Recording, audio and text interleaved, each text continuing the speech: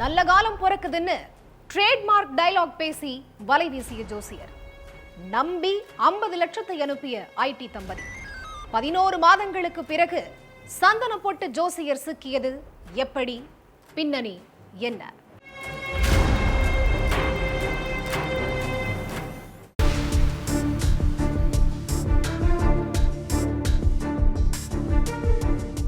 சென்னை வேளச்சேரியில உள்ள கவிதாவும் அவங்களுடைய கணவர் மணிகண்டனும் பெருங்களத்தூர்ல உள்ள ஒரு ஐடி கம்பெனில சாஃப்ட்வேர் என்ஜினியரா வேலை பார்த்துட்டு இருக்காங்க.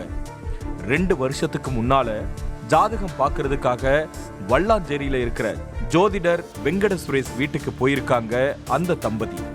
அப்போ உங்களுக்கு நல்ல காலம் பிறக்க போகுதுன்னு சொல்லியிருக்காரு வெங்கட சுரேஷ். ஜோசியக்காரங்களோட ட்ரேட்மார்க் டயலாக் தான் அதுன்னு கொஞ்சம் அந்த தம்பதி யோசிச்சிருந்திருக்கலாம். அப்படி யோசிக்காததால பெரிய பின்விளைவையே சந்திக்க போறோம்னு அப்போ அந்த தம்பதிக்கு தெரியல. 2 பேரும் சேர்ந்து தொழில் ஒண்ண ஆரம்பிங்க, அமோகம் கை கெட்டுற தூரத்துல தான் இருக்குதுன்னு சும்மா கதை அளந்து விட்டிருக்காரு ஜோதிடர். ஆகா, அப்படியான்னு கனவுல மிதந்த தம்பதியும், சொல்லுங்க ஜோசியரே, என்ன மாதிரியான தொழில் பண்ணலாம், எந்த தொழில் பண்ணா லாபத்தை அள்ளலாம்னு கேட்டிருக்காங்க.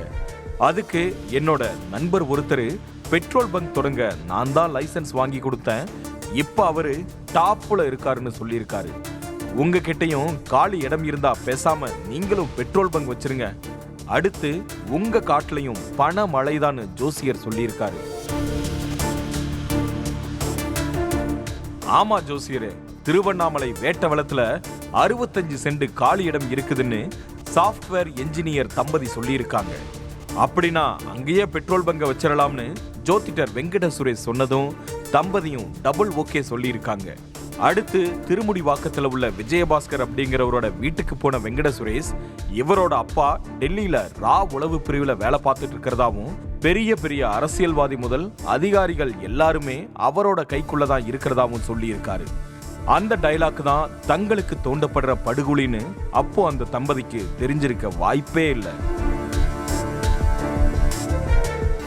இந்த கையில 85 லட்சத்தை மட்டும் வெட்டுங்க, அந்த கையில அடுத்த நொடியே லைசன்ஸ் ரெடி, பெட்ரோல் பங்க் வச்சாச்சுன்னு போய் நிம்மதியா இருக்கலாம்னு வாக்குறுதி கொடுத்திருக்காரு ஜோதிடர்.